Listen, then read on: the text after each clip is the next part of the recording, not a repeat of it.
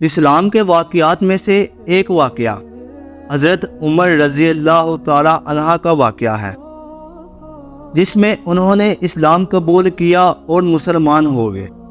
آپ صلی اللہ علیہ وآلہ وسلم نے تو یہاں تک فرمایا تھا کہ اگر میرے بعد کوئی نبی ہوتا تو عمر ہوتا۔ اس حد تک آپ صلی اللہ علیہ وآلہ وسلم ان سے پیار کرتے تھے۔ آج کی اس ویڈیو میں آپ کو بتاؤں گا کہ عمر رضی اللہ تعالی عنہ اسلام قبول کرنے سے پہلے کس طرح زندگی گزارا کرتے تھے اور کس قدر ان کو اسلام سے نفرت تھی اور کس طرح وہ اسلام لائے۔ یہ تمام تر سوالات کے جوابات آپ کو اس ویڈیو میں ملے گے۔ میں نے سیرت النبی پر ایک سیریز شروع کی ہوئی ہے، جس میں میں نے آپ صلی اللہ علیہ وآلہ وسلم کی زندگی اور صحابہ کی زندگی کو بیان کیا ہے، اور یہ سیریز چلتی رہے گی۔ اس پر میں نے ایک پلے لسٹ بنائی ہوئی ہے، اس پلے لسٹ کی یہ ایپیسوڈ نمبر 5 چل رہی ہے۔ آگے بڑھ وقت آپ لوگوں کو ایپیسوڈ کی صورت میں ویڈیوز ملتی رہے گی۔ اس سے پہلے آپ اس چینل کو سبسکرائب کر کے بیل آئیکن کو آل پہ کر دیجئے گا، تاکہ میں جو بھی نیو ویڈیو اپلوڈ کروں اس کا نوٹیفیکیشن آپ لوگوں تک پہنچ سکے اور ہر ایپیسوڈ آپ لوگوں تک پہنچ سکے۔ چلیں بڑھتے ہیں اپنی ویڈیو کی جانب۔ السلام علیکم، میرا نام ہے نجم شراز۔ یہ ووگلس کی ایک اور شاندار ویڈیو میں خوش آمدید۔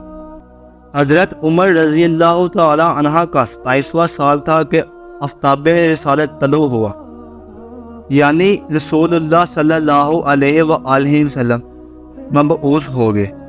حضرت عمر رضی اللہ تعالی عنہ کے گھرانے میں زید رضی اللہ تعالی عنہ کی وجہ سے توحید کی آواز نامانوس نہیں رہی تھی، چنانچہ سب سے پہلے زید رضی اللہ تعالی عنہ کے بیٹے سعید رضی اللہ تعالی عنہ اسلام لائے، اور سعید رضی اللہ تعالی عنہ کا نکاح حضرت عمر رضی اللہ تعالی عنہ کی بہن حضرت فاطمہ سے ہوا۔ اس تعلق سے حضرت فاطمہ رضی اللہ تعالی عنہ بھی مسلمان ہو گئی۔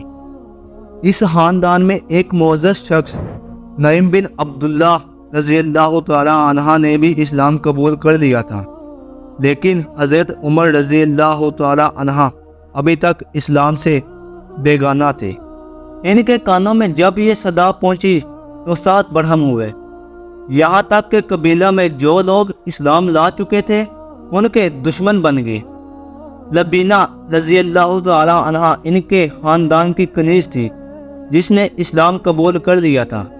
اس کو بے تحاشا مارتے اور مارتے مارتے تھک جاتے تو کہتے دم لے لو تو پھر ماروں گا۔ لبینہ کے سوا جس پر قابو چلتا تھا زد و کوب سے دریغ نہیں کرتے تھے، لیکن اسلام کا نشہ ایسا نشہ تھا جس کو چڑھ جاتا تھا اترتا نہ تھا۔ ان تمام سختیوں پر ایک شخص کو بھی وہ اسلام سے بدل نہ کر سکے، آخر مجبور ہو کر نعوذ باللہ خود ذات نبوی صلی اللہ علیہ وآلہ وسلم کے قتل کا ارادہ کر لیا۔ تلوار کمر سے لگائی، سیدھے رسول اللہ صلی اللہ علیہ وآلہ وسلم کی طرف چلے۔ راہ میں اتفاقاً نعیم بن عبداللہ رضی اللہ تعالی عنہ مل گئے۔ ان کے تیور دیکھ کر پوچھا خیر ہے؟ بولے کہ محمد صلی اللہ علیہ وآلہ وسلم کا فیصلہ کرنے جا رہا ہو۔ انہوں نے کہا پہلے اپنے گھر کی خبر لو، خود تمہارے بہن اور بہنوئی اسلام لا چکے ہیں۔ فوراً پلٹے اور بہن کے ہاں پہنچے۔ وہ قرآن پڑھ رہی تھی، ان کی آہٹ پا کر چپ گئی اور قرآن کے اجزاء چھپانے لگی، لیکن آواز ان کے کانوں پر پڑ چکی تھی۔ بہن سے پوچھا یہ کیا آواز تھی؟ بولی کچھ نہیں۔ انہوں نے کہا میں سن چکا ہوں، تم دونوں مرتد ہو گئے ہو۔ یہ کہہ کر بہنوئی سے دستوں گرے باں ہوئے، اور جب ان کی بہن بچانے کو آئی تو ان کی بھی خبر لی، یہاں تک کہ ان کا جسم لہو لہوان ہو گیا، لیکن اسلام کی محبت اس سے بالا تر تھی۔ بولے کہ عمر جو بن آئے کرو، لیکن اسلام اب دل سے نہیں نکلے گا۔ ان الفاظوں نے عمر رضی اللہ تعالی عنہ کے دل پر خاصا اثر ڈالا۔ بہن کی طرف محبت کی نگاہ سے دیکھا، ان کے جسم سے خون جاری تھا، دیکھ کر وہ بھی غم زدہ ہو گئے۔ فرمایا تم لوگ جو پڑھ رہے تھے مجھ کو بھی سناؤ۔ فاطمہ رضی اللہ تعالی عنہا نے قرآن کے اجزاء ان کے سامنے لائے اور اٹھا کر دیکھا تو یہ صورت تھی، جس کا ترجمہ ہے زمین اور آسمان میں جو کچھ ہے خدا کی تسبیح پڑھ رہا ہے اور خدا ہی غالب اور حکمت والا ہے۔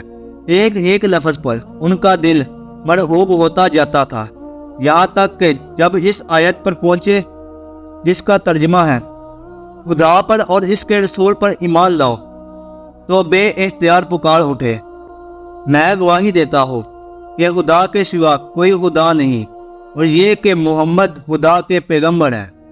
یہ وہ زمانہ تھا کہ رسول اللہ صلی اللہ علیہ وآلہ وسلم ارقم کے مکان میں جو کوہ صفا کی تلی میں واقع تھا پناہ گزیر تھے۔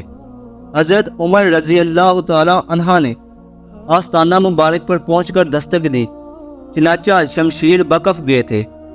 صحابہ رضی اللہ تعالی عنہ کو تردد ہوا، لیکن حضرت امیر حمزہ رضی اللہ تعالی عنہ نے کہا آنے دو، محال سانہ آیا ہے تو بہتر ہے، ورنہ اسی کی تلوار سے اس کا سر قلم کر دوں گا۔